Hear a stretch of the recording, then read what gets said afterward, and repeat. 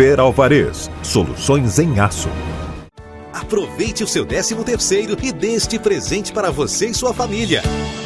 Loteamento Colinas do Alegre, em São João da Boa Vista. Rara oportunidade, na região mais valorizada da cidade. Venha conhecer no bairro Alegre. Em breve, pronto para construir. Financiamento em até 96 meses. Visite plantão de vendas no local ou ligue 997752361. Loteamento Colinas do Alegre. Realização Areias.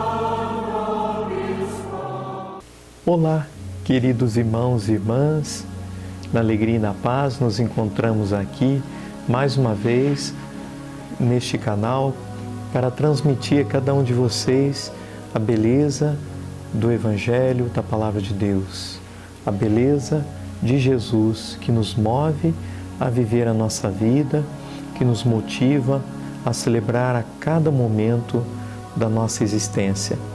Peço para que iniciemos na alegria, em nome do Pai, do Filho e do Espírito Santo. Amém. Queridos e amados irmãos e irmãs, nós estamos celebrando aí a 12º domingo do tempo comum do ano B da liturgia, e que nos narra o Evangelho de Marcos, capítulo 4, do versículo 32 ao 41. Esse Evangelho nos narra o Evangelho das tempestades. Jesus, então, após a sua pregação, domingo passado, 11º domingo do tempo comum, nos mostrava o poder da semente. Lembrando que o tempo comum, esse tempo verde, é o tempo que Jesus nos fala desta caminhada, de amadurecimento do discípulo, então do aprendizado. Falando então um pouco da semente, domingo passado nos mostrava a questão da paciência. Nós estamos vivendo a era do imediatismo. As pessoas querem tudo para ontem, viver já prontos, O próprio Augusto Cury, em seus livros, costumava dizer que nós estamos vivendo uma era de síndrome. As pessoas desenvolvem essa síndrome do pensamento acelerado. Por quê? As pessoas estão muito aceleradas, que era tudo para ontem, Na nossa época, às vezes até um presentinho quando era criança, ou no Natal, ou no dia do aniversário. Hoje as crianças querem tudo prontos para ontem e às vezes se acham prontas para o mundo, As pessoas querem a fé pronta, as pessoas não esperam uma catequese de 5 anos, querem um curso rápido. As pessoas querem tudo pronto e não é assim que se conquista. Mais uma lição no dia de hoje. Jesus, ele entra na barca com seus discípulos para o outro lado da margem para descansar. São pegos por uma tempestade.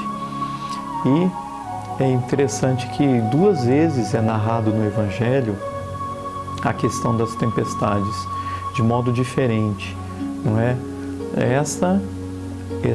Essa parte que nós vimos hoje, Jesus está apenas dormindo, está num travesseiro e as pessoas ficam assim agitadas, acordam Jesus e dizem: tu não te importas que nós pereçamos?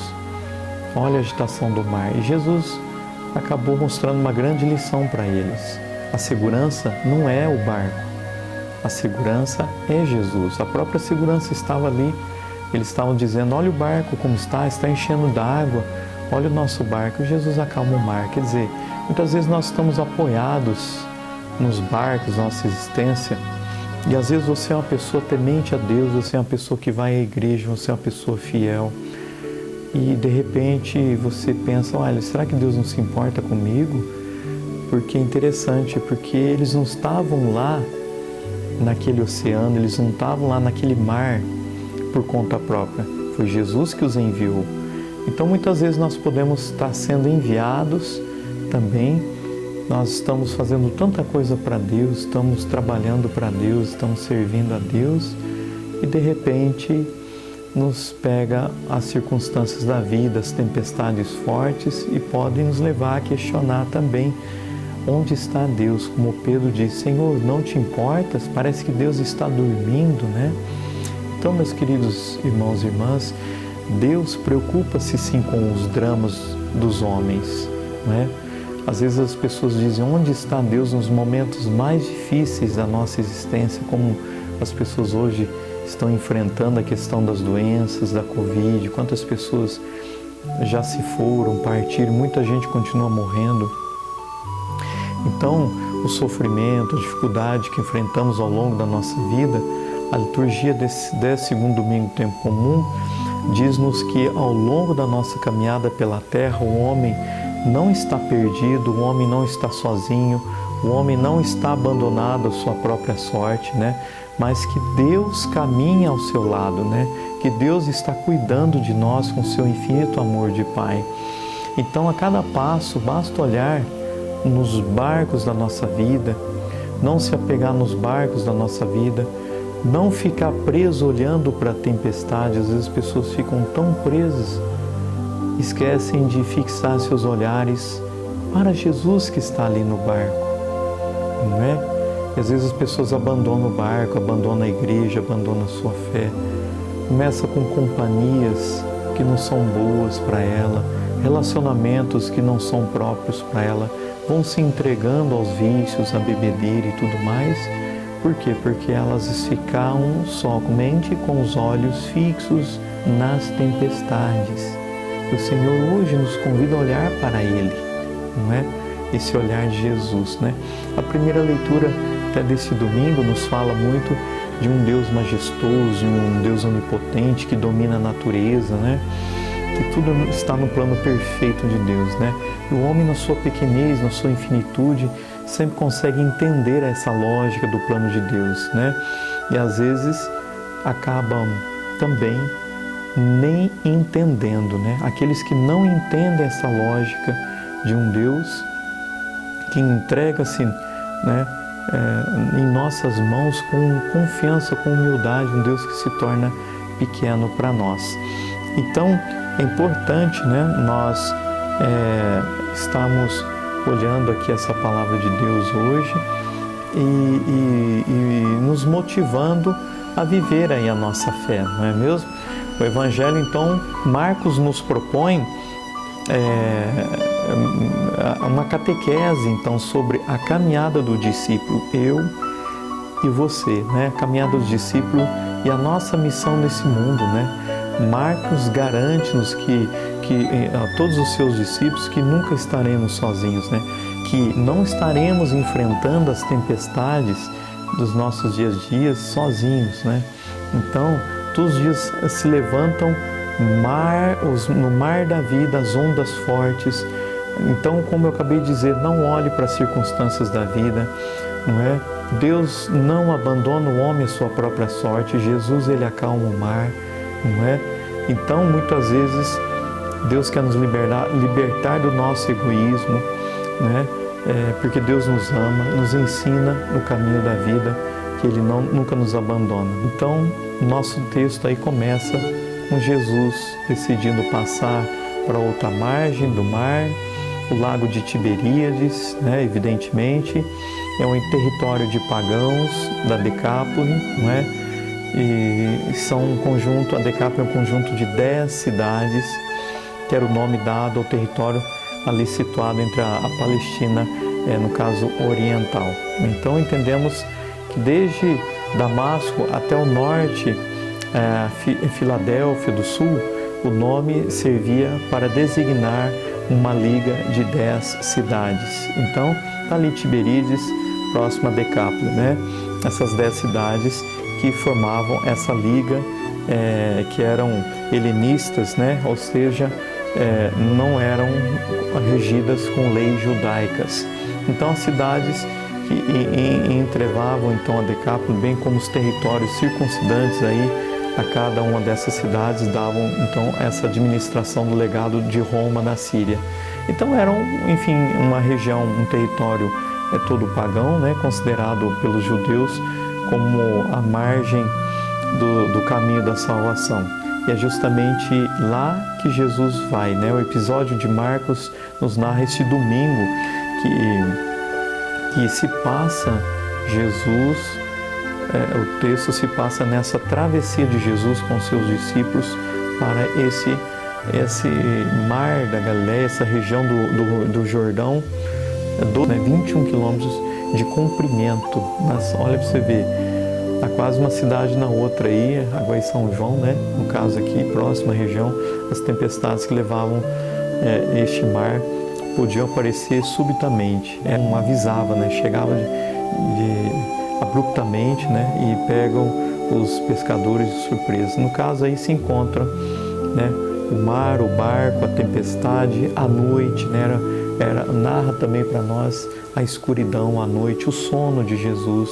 Então tudo isso aqui é uma catequese, né? Marcos escreve numa época em que a igreja de Jesus enfrentava sérias tempestades, perseguições do rei Nero, que atiravam fogo aos cristãos vivos, né, pendurados nos postes, usavam os cristãos de lamparina à noite, atiravam fogo neles vivos. Né? Quantos cristãos, né, enfrentavam a sua caminhada dura, era uma tempestade muito dura, e nesse contexto que é escrito para você também, né? Hoje nós temos nosso contexto de tempestades, é difícil falar de Deus no tempo de hoje, as pessoas estão se paganizando, as pessoas estão se afastando da sua fé, os próprios cristãos muitas vezes se esfriam na sua fé, né? No barco vão Jesus e vão os discípulos, no versículo 36. O barco é na catequese cristã o símbolo da comunidade de Jesus, na catequese que navega na história. A nossa igreja tem mais de 2000 anos, navegando na história de quantas dificuldades que ela enfrentou. Mas ela carrega Jesus, porque a barca não vira. Sobre esta pedra construirei a minha igreja, e o poder do inferno, ou seja, da escuridão, das noites escuras, não prevalecerão sobre nós, sobre a igreja de Jesus. Então, durante a travessia, Jesus dorme. O sono de Jesus, durante a viagem, refere-se possivelmente à sua aparência ausente ao longo da viagem, né, que a comunidade cristã passa pela história. Porque, por exemplo, nós não vemos Jesus, né? Então, o sono ali simboliza que a gente não está vendo Jesus conosco na comunidade, mas Ele está lá. A gente pode confiar. Deus não está dormindo quando parece que nós estamos atravessando o mar, as dificuldades da nossa vida, nós como cristãos, não é? Parece que estamos atravessando sozinhos, não. Então toda a perseguição de Nero, Roma, tantos que foram mortos, não é?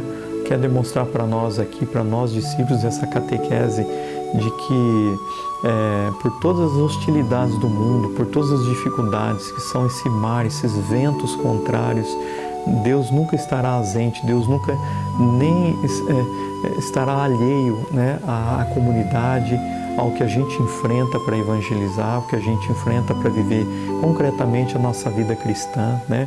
Então o temor dos discípulos, esse medo dos discípulos que perguntam, né, uns aos outros, quem é este que até o mar lhe obedece, né? Quem é este, né? Apresenta este pânico, né? Que é o medo de servir a Deus no mundo que hostiliza a Deus, o medo de ter vergonha, de se posicionar neste mundo como cristãos contra as forças contrárias, tá bom? Que Deus abençoe você, obrigado por ter permanecido conosco, o Senhor esteja convosco, Ele está no meio de nós, desça sobre vós a bênção de Deus, que é Pai, Filho e Espírito Santo. Amém. Que Deus abençoe a todos.